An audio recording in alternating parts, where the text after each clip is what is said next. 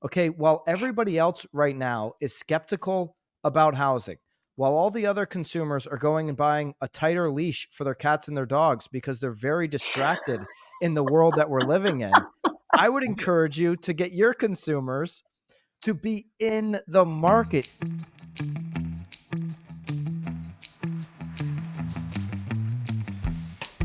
If you're not getting educated about local and national real estate trends, industry news, market data, you're doing yourself and your client base a disservice. This is the Knowledge Brokers Podcast.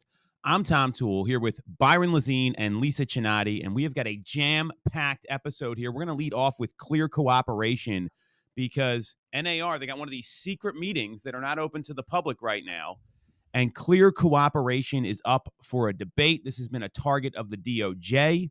And if you don't know what clear cooperation is, the short of it is that every seller has to get their home on the MLS if they want to list with an agent. That unless there's an office exclusive policy that's in place where you can market it to people within your brokerage. That's going to change whether you're with a franchise, a national company. There's some intricacies there, and the idea was to crack down on pocket listings, which look like California is probably one of the larger states where that happened based on some data. Now there's talk that the NAR meeting that they're having today and yesterday, it's one of their committees, and they're going to be talking about maybe doing away from it. There's been a kind of an industry split on this. I want to hear Lisa Chinatti's reaction first on clear cooperation. Byron's been pretty clear about where he stands. I've got some opinions as well. What do you think about this, Lisa? Well, so I've been very, I think, like both of you, I've been very opposed to clear cooperation for a very long time. I believe on a couple of different levels. One, and I've said very clearly, it's not always in every seller's best interest to market their home for sale on the multiple listing service. Two, from a business perspective, and let's be real, all of us are business owners. From a business perspective, I do believe that our ability to procure listings and be able to use that as a value prop to our potential buyers is something that we should be allowed to do as business owners with the consent of sellers. And it was part of why I opted out of being a realtor in Massachusetts, so that it gave us a little bit more leeway to not have to play within the guidelines of the clear cooperation policy. That being said, I think it's super important that everybody understands some of the other sides of it, which I'm not going to lie, I think that they have merits, right? Like, so it's understanding that some of the big things that come into play are that pocket listings effectively block some consumers. And what the industry worries about, or the government, is that it especially impacts minorities and buyers without powerful social networks from gaining access to listings or to homes in certain neighborhoods. And that those who choose to go unrepresented don't necessarily have full access. Now, I disagree with the unrepresented part, because I think that, again, that's part of a consumer's right to choose representation, and part of representation, and a big part of our value prop to buyers on a move forward, is our ability to source listings. But I think it's a really big topic, and it's going to be interesting to watch it continue to play out and seeing the divide, right? So you've got some big ones who are in favor of it. Glenn Kelman, the CEO of Redfin, Leo from EXP, the CEO there, and then folks on the other side of it who don't support it. The one that we were just talking about before the podcast started, in particular, Robert Reffkin, right? So there's some big players on both sides who have strong opinions. And so one of the things I said before the pod started is, I would love if one of us had a viewpoint kind of against it, because I think it could have been a really interesting debate for the pod about the pros and cons of clear cooperation. Yeah, this rule's been in place for about 5 years. I've been on the record for 5 years now saying I think it's unfair for sellers to be forced into this type of situation. You know, I'm a proponent of absolute free markets. I think this is regulation and restriction. That's always been my position. And I talked about it a little bit on the Real Word podcast earlier this week. What I didn't have at that time was this text message that I got last night. Ooh.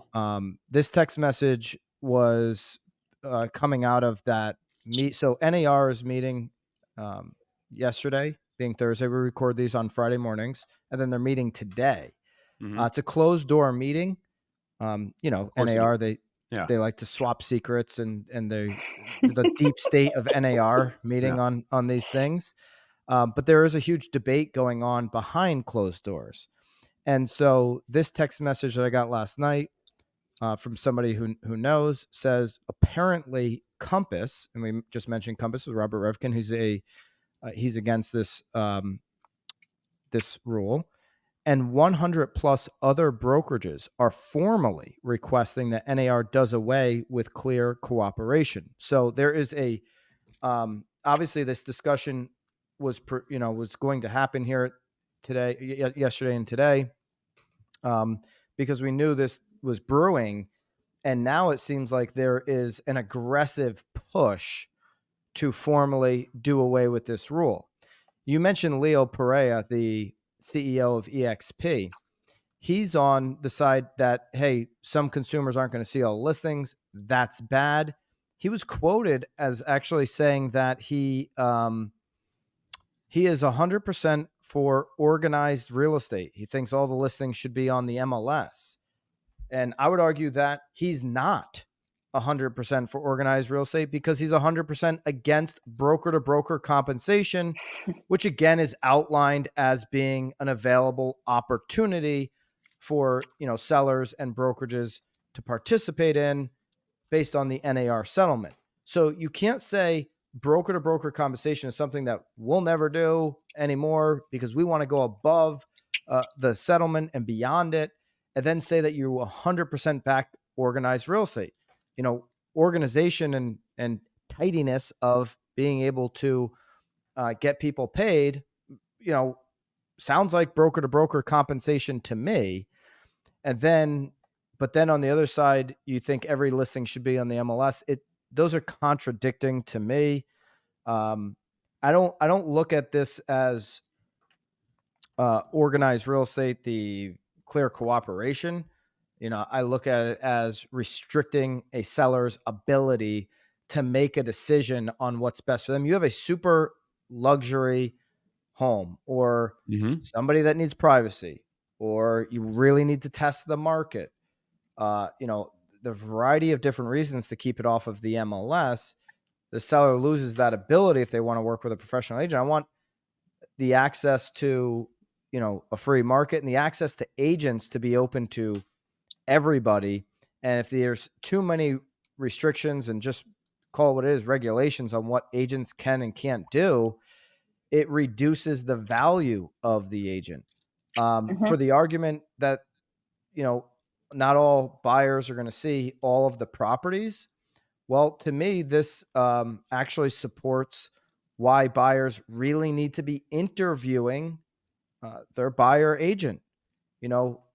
Listen, connections matter, and the relationships and who's an expert on what's going on in their particular market. That's valuable information that a buyer, I think, would pay more. I know would pay more for. And so, if this is just going to turn into a union shop and everybody's the same and everything is the same, what becomes the value, right? And so this is a competitive market. And that I guess would be my position on that. Well, you also have to look at the, you talked about the NAR settlement. You talked about this clear cooperation rule. And certainly this is being targeted by the DOJ. I think that's something that NAR needs to be very mindful of here. But if you look at the approach that, you mentioned EXP, right? They've got their, hey, we're not doing broker-to-broker compensation. There's also an approach of, hey, here's our options, right? And I'm a big believer that a great agent gives people options and then guides them to the best decision. Well, that would be in line with what you're talking about, Byron. Hey, we could have a quiet marketing phase, then we can have a really aggressive marketing phase if nothing pops there. And you look at some of the data that's out there. I mean, this is there was a chart I just shared from Jonathan Miller. He's the president and CEO of Miller Samuel. They track pocket listings in LA, which I would argue is one of the top places you would see those. I mean, that's probably pretty clear. This has been drastically reduced in this chart since, the rule got enacted, where at one point it was between 40 and 45% of the single family and condo market in LA. We saw a little bit of a spike here in the first and second quarter of 2024, but it's dramatically dropped. So you're limiting options for consumers. And, that's like you said, I mean, privacy is a big deal. Maybe somebody just doesn't want to deal with it. Maybe and you talk about separation of agents. The whole point of this NAR lawsuit was, I argue there's a big problem with like door openers. Like, hey, they were in the right place at the right time and they happen to sell a property and they don't know what they're doing because the person really wanted it. This kind of limits that to what you're saying. And it limits sellers' options, which, who's to say, Lisa and Steve or Byron and Nicole, you guys have to sell your home a certain way no matter what. You're forcing people either to sell on their own and market it quietly that way, or go with a non-NAR member. If you have these rules that are in place, it just doesn't make a lot of sense. Also, I'll just be clear on 98, 99 probably % of the time, the best option is going to be going on to the MLS as a seller to reach the widest audience. Most sellers, that is going to be, when you lay out all the options for them, that is going to be the best option for most sellers, depending on market, strategy, their goals, their timeline, all of that. The MLS is going to fit into most strategies. Okay. But I'm just against restricting the other options. And I've always been against it. All right. So, but devil's advocate, right? I think a lot of what we've talked about, and again, I'm actually anti-clear cooperation, but for people who are watching or listening, what about the buyers who potentially lose access? And I think, one of the things that I know in our brokerage is that part of our value prop and part of what's built into our commission structures, much like on the listing side, we talk about here's what happens at this commission, this compensation, right? But we did the same thing on the buy side. Here's what's built in at this level. Here's what's built in at this level. And here's what's built in at that level. And at two of the higher levels of compensation, it's access to our off-market listings. And maybe even also looking at it and saying, we'll go hunt for off-market opportunities. So playing devil's advocate for both of you, what about the buyers who can't necessarily afford that higher level of compensation to get access to those properties? Oh, you take that up with Catchmark. It's great. It's a great answer. I mean, who's the, but like, no, that's the wrong answer. That was a joke, but go ahead. I obviously just egging you on here, Byron. I think it's more of that, some people don't have access to these things, but it's the seller. Like the seller has an asset that they paid for. So I think restricting the seller, like, I don't have to sell my home to anybody if I don't want to. I mean, that's my right as a homeowner. Forget me being a real estate agent. So it's, I hear your point, Lisa, but you're dealing with two consumers here. So you can't say, well, everyone should have access, but this person, like, it's a weird dynamic. And I think that's where I get the premise behind this, but when it's another consumer on the other side, I mean, it's, some people just aren't going to do business with other people. And that's a consumer decision. The real estate agent shouldn't have really a place in that. I mean, it's no different than when you get let's say you're in a negotiation and you hear agents starting to make decisions for their clients. Like, hey, I'm presenting an offer to you. The seller's not going to take that. Did you present it? Right? I'm sure we've all been in this situation before. It's happened to me. Oh, I didn't present it, but they told me not. I'm pretty clear you have to do that. That's what the code of ethics say. So you're taking the decision-making power out of the consumer side. I think that's the issue here. And to Byron's point, restricting options. But like Byron said, usually I talked to Stephen Cohen about this, right? Stephen Cohen's in New York City, does a lot of high-end real estate. He's like, the best option is always to take it to the market if you want to get the best price. But best price isn't always the goal for some of these consumers. It's very simple for me. I mean, there's been times when I've, not agreed with things that Robert Reffkin says. I've been on record with that. And then there's times like this where I just believe to the word what he's saying. He's quoted as saying the policy is forced cooperation. I thought that's what the whole settlement was about. You have to unravel forced cooperation. And so how can you have, one and not the other? He says the policy is forced cooperation. It's anti-homeowner. We have to be anti-homeowner to make sure everything is fair for buyers. I don't agree with being, and they worked hard to buy the home. Okay. And it's a killer of value. And so he says it's ultimately doomed, and he's pointing towards the litigation surrounding it. Here's a thing that I'll mention. So I was told, and I'm trying to validate the story, but I was told about a story of a ShowingTime lawsuit. Okay, so quickly, here's the story, and I'll bring it back to how it relates to this when Reffkin talks about litigations. A buyer was negotiating on a home. Okay, so the seller was kind of like strict on not strict, but just tough negotiator. Hey, I'm not going to, take any money off the price. And then when they got to the inspection, because they went under contract, was like, I'm not taking any money off of anything on the inspection. And so the buyer got really frustrated, was like, man, didn't give me anything on price, didn't give me anything on inspection, but I really want this house. I'm going to move forward anyways. Okay. When they're sitting at the closing table, the seller said, hey, sorry that they were both there at the closing table, which is odd in today's time, but they were still both sitting there. The seller says, hey, sorry about that negotiation, was pretty tough. I know you really wanted something, I didn't even give you anything on the inspection report. And the buyer's like, yeah, I could understand the price. You wanted your price, but when all those issues came up in the inspection report, I was just surprised you didn't give me anything. And the seller said, well, I would have, but I really didn't like the feedback that your agent put in on the ShowingTime. And the buyer's like, what do you mean? Well, the feedback came in that you thought I was priced too high to begin with. And I just found that disrespectful, and that kind of set the tone of the negotiation. And the buyer's like, my agent did what? My agent sent feedback to your agent about our internal discussions of the value of your home? Why would they expose my hand like that? And so the buyer ended up suing the agent for providing ShowingTime feedback. Wow. And so I want to get your take on that, because I have a take on that.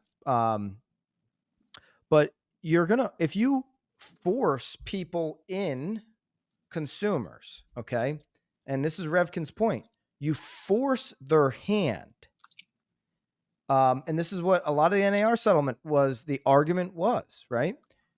If you force their hand into saying, you have an agent that says, oh, well, you have to be on the MLS. Are we not setting ourselves up for further litigation? Hey, I want to work with an agent. The agent's telling me I have to be on the MLS. Okay. And it's not explained properly. Mm-hmm. Mm-hmm. Now you're going to start to pile up litigation of sellers then realizing after the fact, well, I only had to be on the MLS if I worked with an NAR member.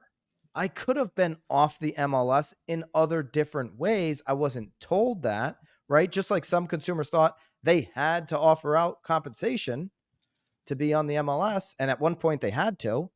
You're setting yourself up for, and I think that's Reffkin's point, is you're just setting yourself up for future litigation if you keep this rule in place. Now, going back to the feedback example, that shifted my mind completely. Like, I always love it when listing agents attack buyer agents for not providing feedback. It's like, the best feedback you can get is an offer. If you don't have an offer, it's pretty clear how I feel about the house. Okay. No feedback also means that they're not interested. And that's a good listing agent explains that, right? I mean, that's something I tell people all the time, where it's, hey, when we're not getting feedback, that means they're not interested. So no feedback is just a negotiating point. Maybe I'm going to make an offer in 48 hours, but I'm not going to make feedback because I don't want to show my card. Here's the thing agents need to think about, that they're getting pinged by the listing agent. And they think they owe them some type of duty to provide feedback. The minute you provide that feedback, you're disclosing and I don't think anybody's ever thought about this in the world of ShowingTime. I haven't. I You're mean, this is mind blowing to me right now. you're disclosing personal and confidential, information that you have with your fiduciary responsibility, your client. Most of the time, because I've never heard any agent getting a consent form signed for all the feedback that they send over without consent of the buyer. And so that buyer, and I'm trying to get all the details of the story because I heard this from an agent, but even if this was a hypothetical, supposedly that buyer won that lawsuit or settled or whatever the case may be. But even if this was a hypothetical, could you see where this could go? You never told me you were giving up our personal and confidential information. I mean, to me, I would stop giving feedback on every listing immediately unless I had a consent form signed by the buyer, and only give feedback if it's to our strategic advantage, if we're trying to set up something later in the negotiation. Hey, love the property, but we're not inspectors, but we did just notice maybe some footing issues with the deck. We'll let the inspector kind of look at that. We certainly would never want to make it an issue if it's a non-issue. Maybe you plant a seed. Hey, let's set this up now for later on. We're going to ask for something, whatever. But I think now feedback should be a conversation on every listing, and no feedback should be sent unless the buyer consents for that information being disclosed. Lisa, have you ever thought about it this way? So yes and no, not to that extent, but yes, right? I mean, we always know that we are the fiduciary, right, as a buyer agent.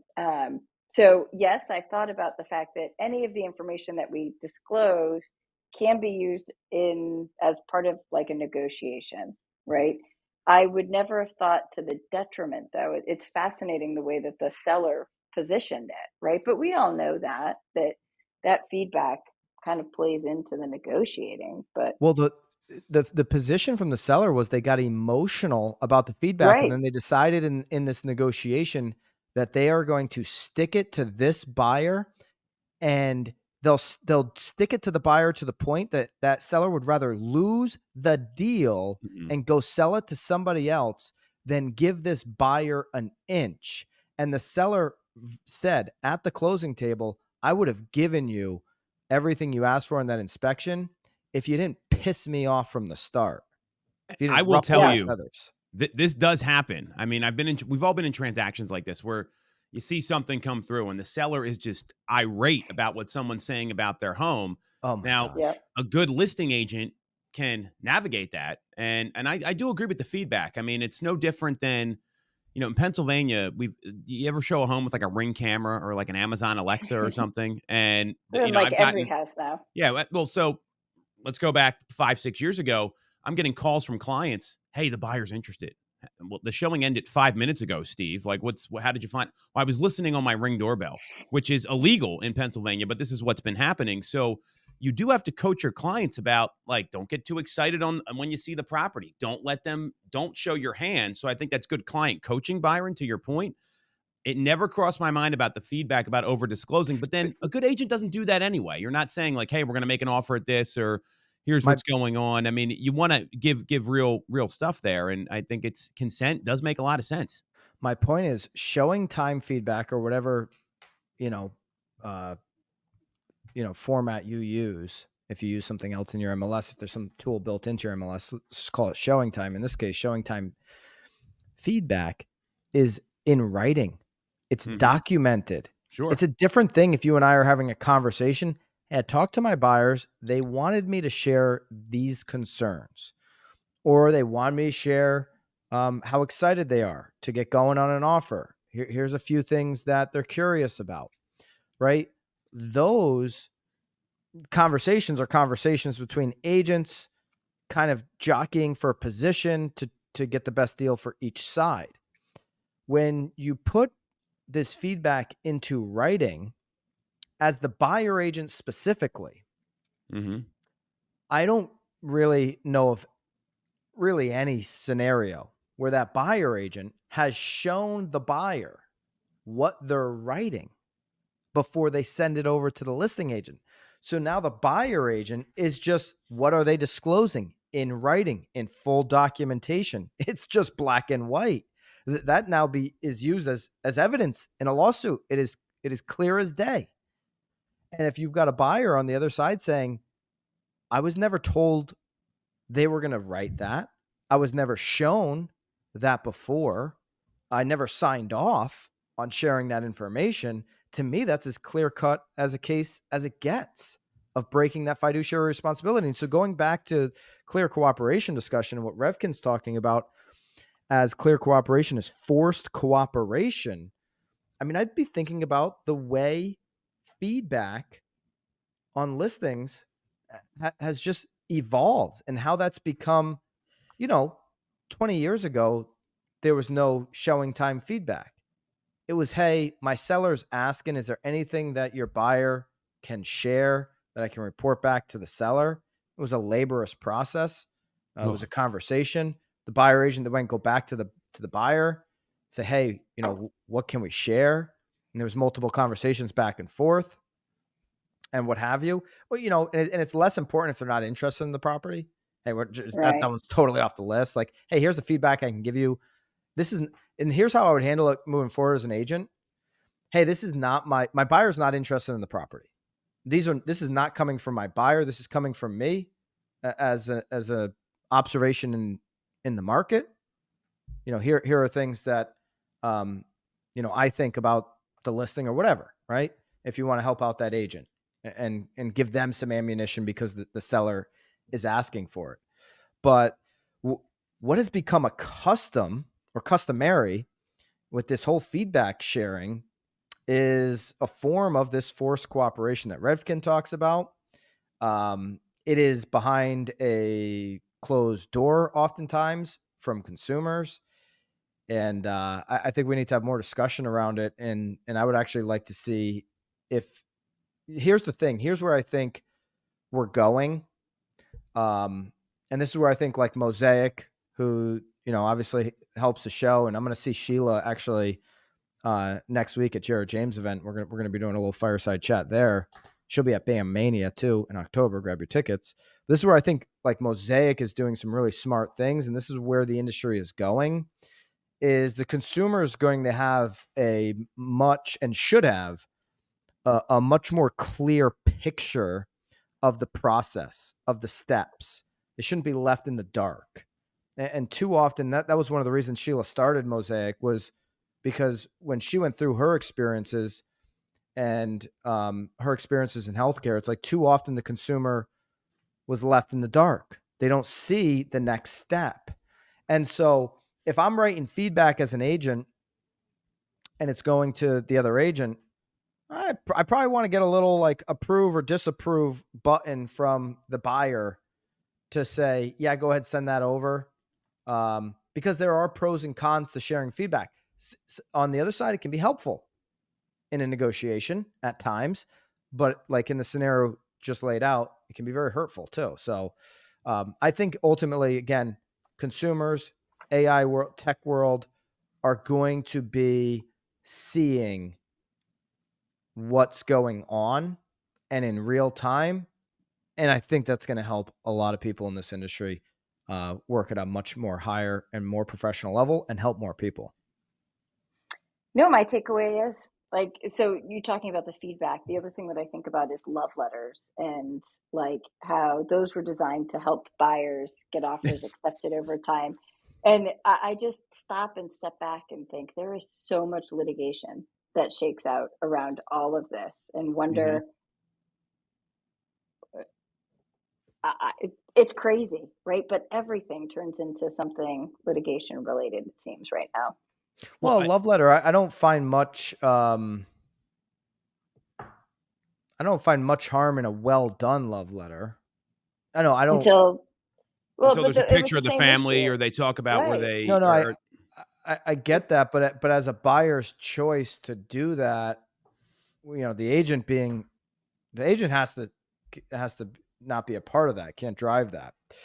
No, but But from the listing agent side, right? Then you open yourself up to the litigation from the buyer, right? I mean, this was the big thing We that had the shook out a better couple offer, and we lost out because of a love letter. And then and then because they're like, we there was right. a picture of the family in there, and I mean, like that's the next lawsuit, right? I totally agree with you, Lisa. I didn't mean to cut you off, but I do have a very important point here. I think the fundamental problem with all of this ShowingTime lawsuit, right? That's Byron's talking about the love letters, allegedly, but alleged. even if it's a hypothetical, it's still Sure, valuable. it's a valuable point. The lack of transparency from agents about what they actually do with buyers is the biggest fundamental problem here. And this is what the lawsuit's actually been all about. I mean, we designed a whole here's what we do differently to help you in the buyer process. We've talked about it on some live streams here.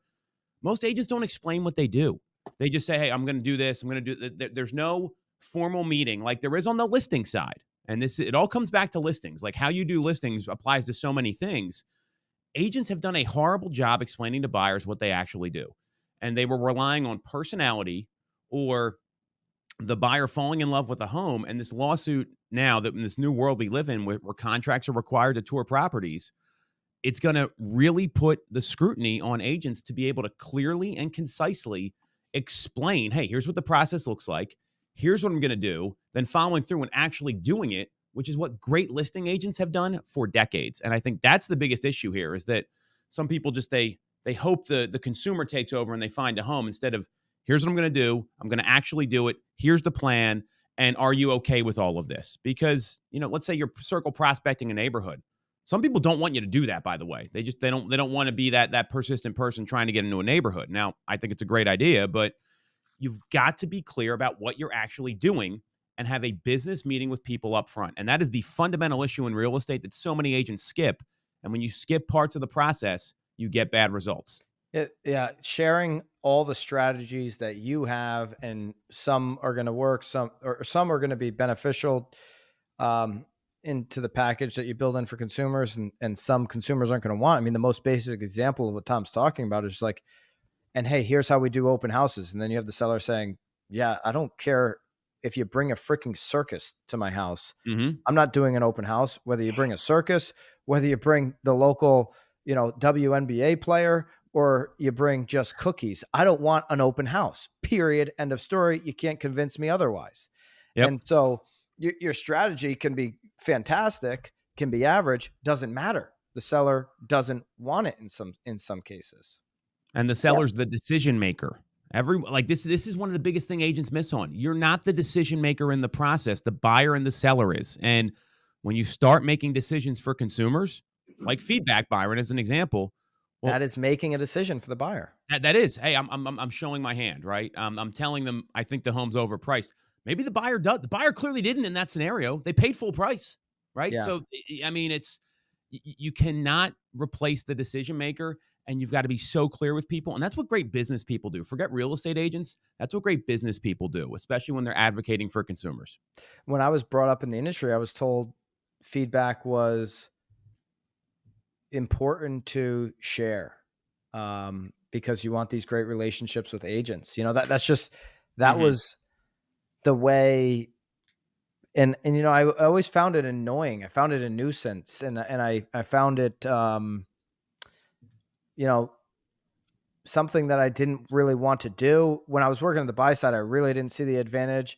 When I was working with sellers that were demanding it, I was in the same place looking for it. I think the best way to do that, if you're in a need for feedback, you're thirsting for feedback for the seller, the seller's thirsting for feedback, is throw exceptional brokers open. Hey, I'll get 30 brokers in here and give you the feedback. These guys are professionals. Obviously the market is already giving you feedback. If you're looking for feedback, it means you don't have enough traffic, because if you have traffic, you get offers. Okay. If you don't have traffic, all of a sudden you're looking for those 2 or 3 people who have seen it to give you feedback. Those 2 or 3 buyers, are they really that, is their mindset really that important? I'd rather have 30 local, 20 local professionals who do this every single day to come in and give me their honest feedback. It's like an intervention for a seller. Like, Tell me what's wrong with this property. Tell me what's great about it. Tell me about the price. Tell me why you haven't brought a buyer in, and lay it all out on the line in that format. That's always been, to me, way more valuable than what this one random buyer thinks, who maybe just had this home on tour and it's not even what they're looking for, but the agent threw it on tour. Well, and a lot of times listing agents, a good listing agent knows the controllables. You can control the controllables. So there's price, there's condition, how well it shows. You could even throw floor plan in there because that's one of the factors buyers looks at. And then there's the marketing. And that's it. Those are the three things. So you can get metrics on marketing. You can look online, see how many views you're getting and all that sort of stuff. You know if the home's going to show well or not. And then ultimately, it's where's the price? And the lack of an offer is feedback, Byron. But you've got to explain that to sellers up front. That's exactly what I'm talking about. Hey, here's the 3 reasons why a great home sells. And then go through all 3 of them and explain it. If you're not setting the stage and just crossing your fingers and hoping it works well and not having a business meeting with the seller, that's where the feedback push comes from. And I know what you're talking about. People call in my office like, Dale, can we get feedback? Like, they're pinging people all the time. And it's like, shouldn't you be looking for new business right now if you're a knowledge broker instead of pestering me for feedback? We're not interested. You didn't get an offer. That's it. And I think to wrap up here, why I thought it was interesting to mention this story, anything that is seemingly forced cooperation, like Robert Reffkin says, which is what, they're talking about at NAR today. If you're going to not allow for, what you did away with in the NAR settlement, you've got to do away with all of it. Anything that looks like everybody has to do it. And so you've now entered this world. I'm sorry, Leo, you've entered this world where we're going to have a million options available to everybody.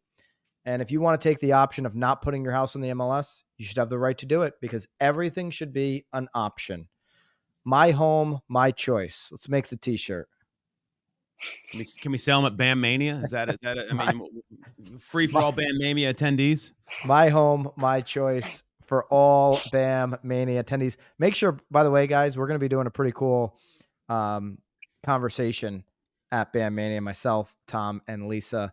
So if you want to get a chance to be a part of that and be a part of the VIP experience, go to bammania.com. There's 2 parties. We're trying to convince Tom to stay for the second one. We got the Legacy Club on Thursday. Unconvincible on the second one. Stadium Swim on Friday.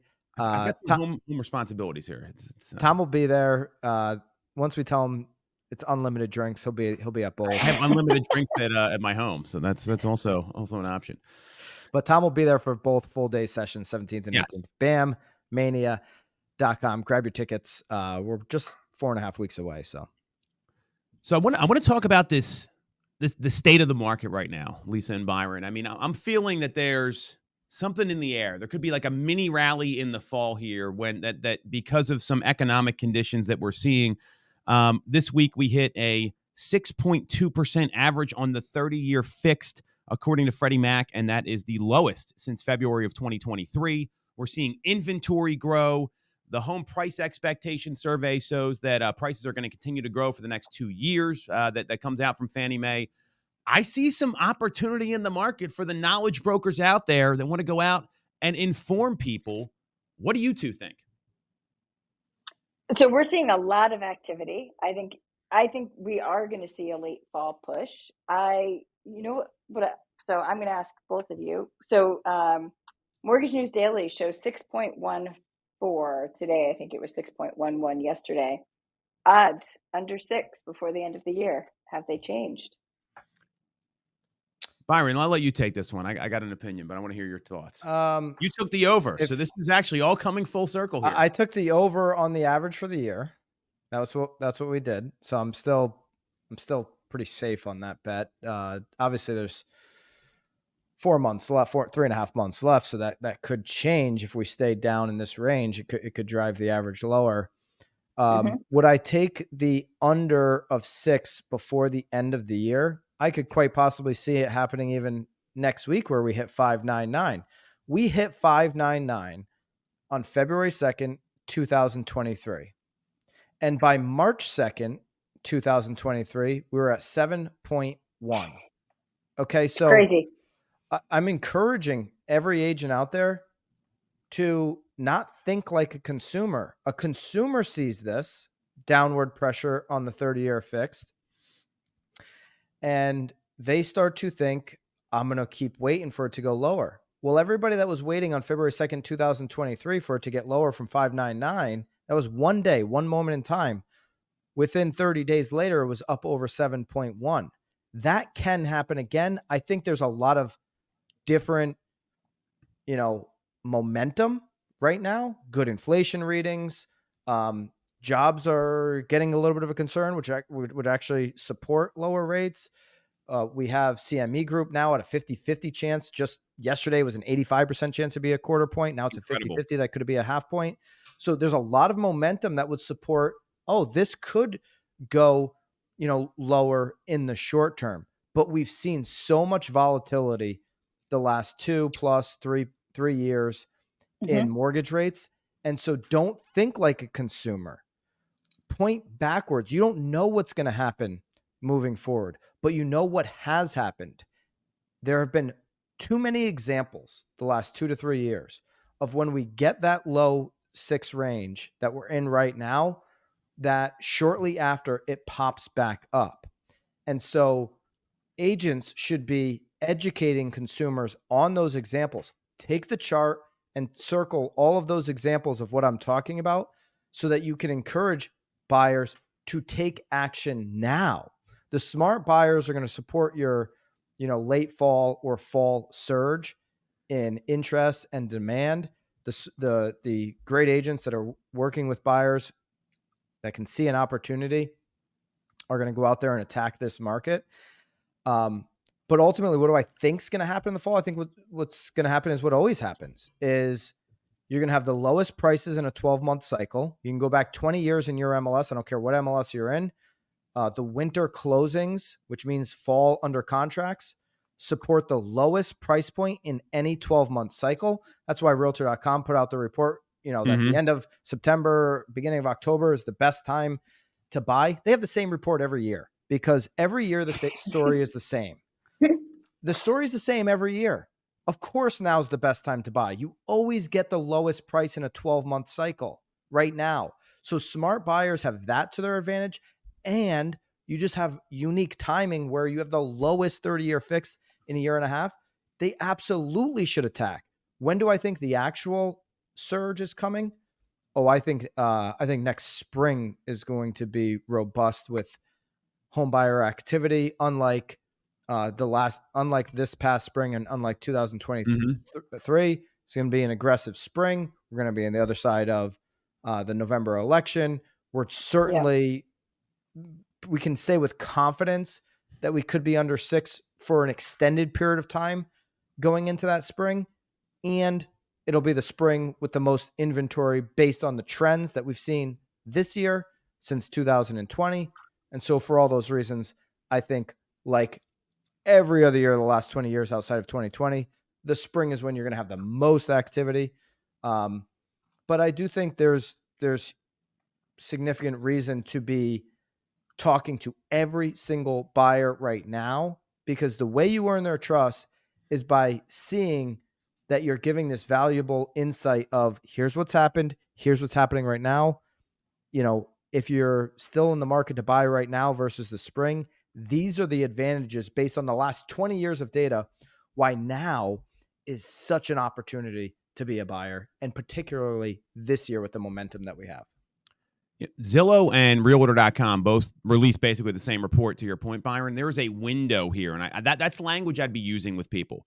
Hey, I'm not sure if this is going to be for you, Byron, but we're seeing a window right now where inventories come up, and it's very clear prices are going to continue to grow in the spring based on this data here from the home expectation survey, the home price expectation survey. And knowing that's the case, would you be open-minded to exploring opportunities now to get ahead of the market? Because that's what the most savvy consumers do. And that's a great opener because you're delivering value. You're telling them what's going on. And there is a moment in time here. I totally agree.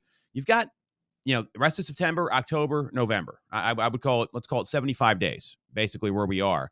And then you see that inventory typically slow down until the beginning of the year. And we said a long time ago on this pod, survive until 25 if you're a real estate agent. I'm a big believer in that. But these conversations you have now, it's not just about doing deals between now and the end of the year. This is setting up next year. Mm-hmm. And you've got to realize, and all you COVID agents out there, if you're still in the business, congratulations, because a lot of you have dropped out. And this is how you set up a big first quarter, a monster second quarter, and have a killer year in 2025, because all the data shows it's like 90 days to 12 months, or when like that's kind of the lead time for most people to make a real estate decision, sellers or buyers. So instead of focusing on where's the quick deals, play the long game and say, I'm setting up my 2025 right now, but also finishing the year strong, because the fourth quarter's coming up. And you know what that is, you two? Separation season. And it's just giving practical advice. You can go back the last 20 years of data, and the best time to buy a home is this window that we're talking about. Whether the rates are high, low, it's indifferent. The highest prices always close in the summer because of the spring shoppers. So I just encourage people to get their buyers to shift away from the herd. Okay, while everybody else right now is skeptical about housing, while all the other consumers are going and buying a tighter leash for their cats and their dogs because they're very distracted in the world that we're living in, I would encourage you to get your consumers to be in the market. Your best time for negotiating, I'm sorry, your best time for negotiating with a home seller is somebody who has to sell before the end of the year. Okay, they have less traffic today than they're going to see next spring. Next spring, there's going to be safety, security. No matter who gets into office, we're going to be on the other side. The point is, we're going to know what we have for the year of 2025, and we're going to be probably closer to lower inflation. It's just people are going to feel more secure no matter which way any of this crap goes. So let everybody be distracted now. No, that safety security next spring means that there's more competition for those homes, means that prices get driven up in the spring as they always do. While everybody's got their eye on all this stuff going on, I'd be focused as a buyer to go in there and create a unique opportunity now in this 12-month cycle that is going to be better than, any of the previous months, and probably any of the, next 9 months ahead once we get on the other side of, say February or March. I love it. I have nothing else to add because it's spot on. Well, you know when the best time to put your home on the market is, Byron? When the neighbors aren't listed. So there is opportunity, especially those motivated sellers. That's the conversation you got to have with people.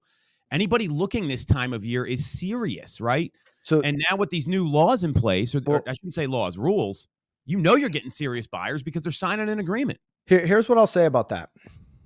My advice has been pretty consistent with sellers over the years about, should I list my home right now? Well, the data says you're going to get less money for your home in a 12-month cycle.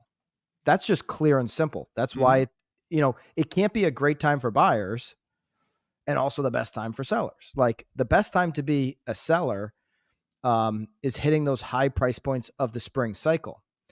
Now, to your point, that you got the serious buyers out there and you don't have as much competition from your neighbors. Mm-hmm. If you have an exceptional, well-kept home, pride of ownership, you've maintained it. You've really done the things as a homeowner you're supposed to do. You've invested the 1% to 3% in maintenance cost back into your home. You know how some people buy a home and they don't do anything to it for 15 years and the place just starts to naturally deteriorate because you need to put 1% to 3% of the home's value into maintaining your home each and every single year, but some people don't do it. If you're one of those people that have done that, have taken that pride of ownership, then yeah, I think we should go on the market right now, because you are going to stand out so much against the other inventory that's decided to be on the market at this time, and you can set a really big number for yourself.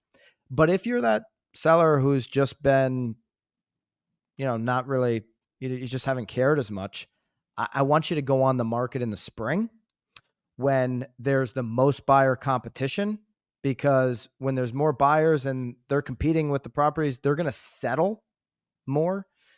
in the spring than they will now. A buyer now is unlikely to settle like a buyer in the spring. And if you've just been a little sloppy with your home maintenance, let's go and get that buyer that'll settle in the spring. Let's go early spring when there's not a lot coming on, but they're anxious because it's spring. I'm supposed to be buying. Everybody told me to do it now. So you get that kind of buyer in the spring as opposed to the fall. I think you get a more savvy buyer in the fall. I agree with that. Agree. So, all right. Let's do a wrap there. And I guess grab your tickets to BAM Mania because we are just a few weeks away. VIP tickets are going to sell first. Lisa and Tom are going to be part of VIP. Then we'll just have general admission left. BAMMania.com to grab your tickets. Knowledge Broker takeover at Mania.